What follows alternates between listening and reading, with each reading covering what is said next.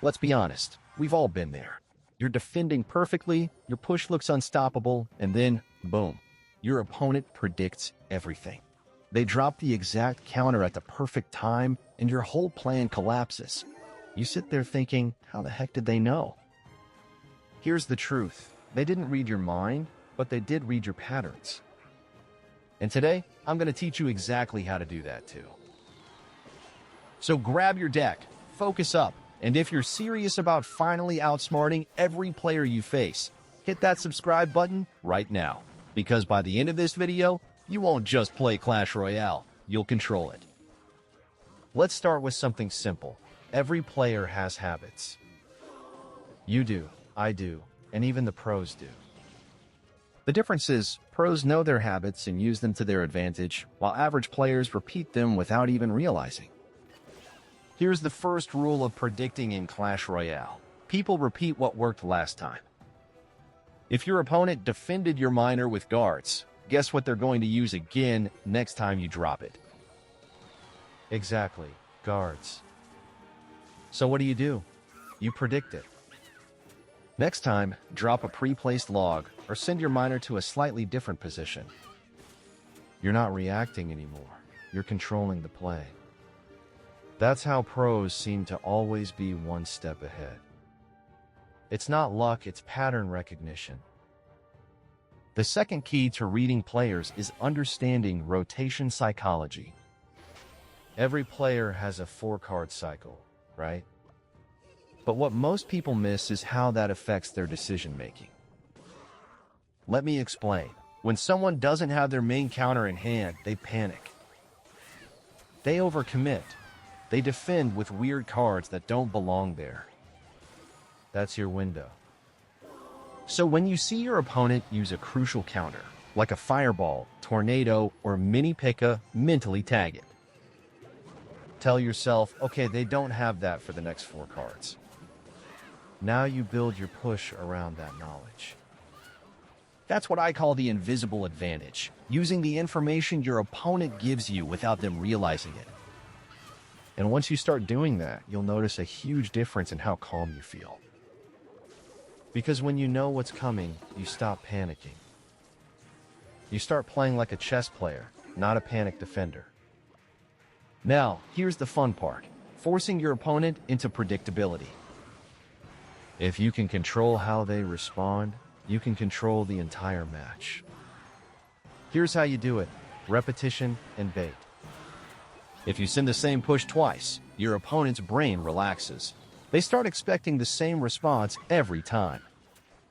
That's when you switch it up. For example, send a Hog plus Ice Spirit combo 3 times. They'll start defending it with Cannon every time. Then on the 4th push, you drop a pre-placed Earthquake right where the cannon goes. Boom, free tower damage, and you look like a psychic. It's not prediction, it's setup. You're conditioning their brain and then breaking the pattern when it benefits you most. Here's something most players overlook, your own predictability. If you keep cycling your cards in the same order every match, you're making yourself easy to read. So mix it up. Sometimes play defense first, sometimes pressure early, sometimes hold elixir and wait. The goal isn't to confuse yourself, it's to become unreadable. Think about it. If your opponent has no idea what your next move will be, they can't prepare. That's how you force mistakes. And every mistake they make gives you more control over the match. Now, let's go deeper. Reading reactions, not just cards. This is next level stuff most players don't even think about. Watch how your opponent reacts under pressure. Do they panic when you split push? Do they overspin when you drop a heavy card in the back? Do they always play defense high or low? Every reaction reveals their personality, and once you figure that out, you can manipulate it. If they panic easily, fake pressure them. If they always defend the same way, switch lanes. If they like to build big pushes, keep chipping to force impatience.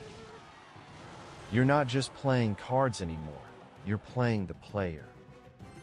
Let's talk about confidence versus chaos. When you're calm, you can predict clearly. When you're tilted, you lose all sense of pattern. So one of the biggest secrets to being a mind reader is keeping your own emotions stable. Pros don't just train their mechanics, they train their patience. Because patience lets you watch, analyze, and adapt. So next time you lose a match, don't rage. Ask yourself, what did I miss? Did you fall for a pattern? Did you react too soon? Did you defend too much and forget to pressure?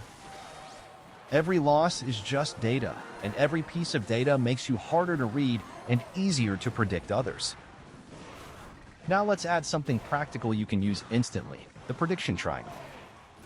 Every play in Clash Royale can be divided into 3 layers. Keycap 1, what you should do. Keycap 2, what your opponent expects you to do. Keycap 3, what you actually do. The goal is to live in layer 3, doing what's unexpected but still smart. Example. Your opponent knows you have Fireball for their Musketeer. So instead of instantly using it, you wait, make them play something else with it, then Fireball both. That's how you make a smart prediction, not by guessing, but by timing your intelligence. Here's the best part. Once you master prediction, every game feels easier. You'll start seeing your opponent's moves before they happen. You'll feel in control. You'll stop panicking. And you'll start thinking 3 steps ahead, just like the pros.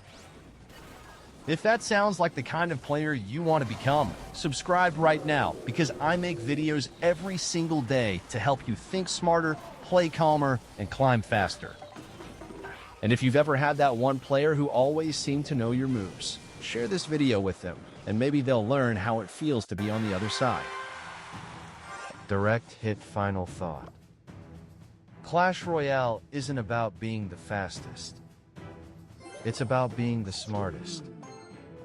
The real game isn't played with cards. It's played with your mind.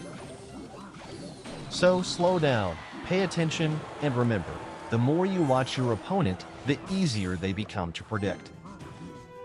This is your moment to become the player everyone fears, the one who's always 3 steps ahead. Let's dominate the arena together. Have you ever felt like your opponent just keeps throwing the same card at you again and again, and you can't stop it? That's not unfair, that's cycle mastery. And if you're free to play, cycle decks are your secret weapon. Today, I'll show you the deadliest F2P deck cycles that can shut your opponent out of the game. Let's start with the classic Hog Cycle. The idea is simple. Hog Rider plus cheap cycle cards like Ice Spirit, Skeletons, Log, and Cannon. At around 2.6 average elixir, this deck is lightning fast. You defend with Cannon and Knight, then immediately cycle back to Hog Rider before your opponent's counters are back in hand. It's relentless. If they waste their building, you punish instantly. Hog Cycle isn't about one big push. It's about dozens of small, unavoidable chip pushes that add up over time.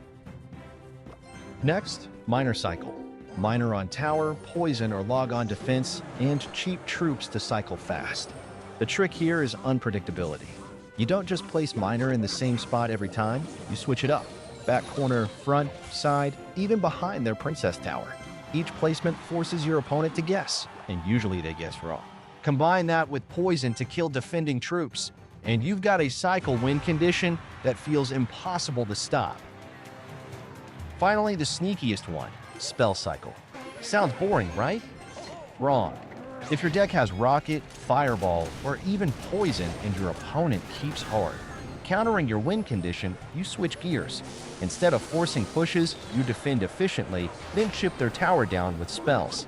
A Rocket to the tower here, a Log plus Fireball there, and suddenly they're at 500 HP without realizing it. It's not flashy, but in tight games, spell cycling is the ultimate win condition. Here's the secret behind cycle decks. You control the pace of the match. Heavy decks like Golem or Lava Hound want time to build massive pushes. Cycle decks don't give them that time. You keep the pressure constant, forcing them to defend when they want to attack. This makes them play off balance and eventually crumble under your speed. So here's your challenge. Try one of these cycles in your next few matches. Focus on keeping your deck moving, managing elixir, and never letting your opponent breathe. You'll notice how quickly the pressure builds and how helpless your opponent feels when they can't keep up. If you want more deadly strategies like this, smash that subscribe button right now, because tomorrow we're diving into the biggest free-to-play mistakes that ruin progress and how to avoid them.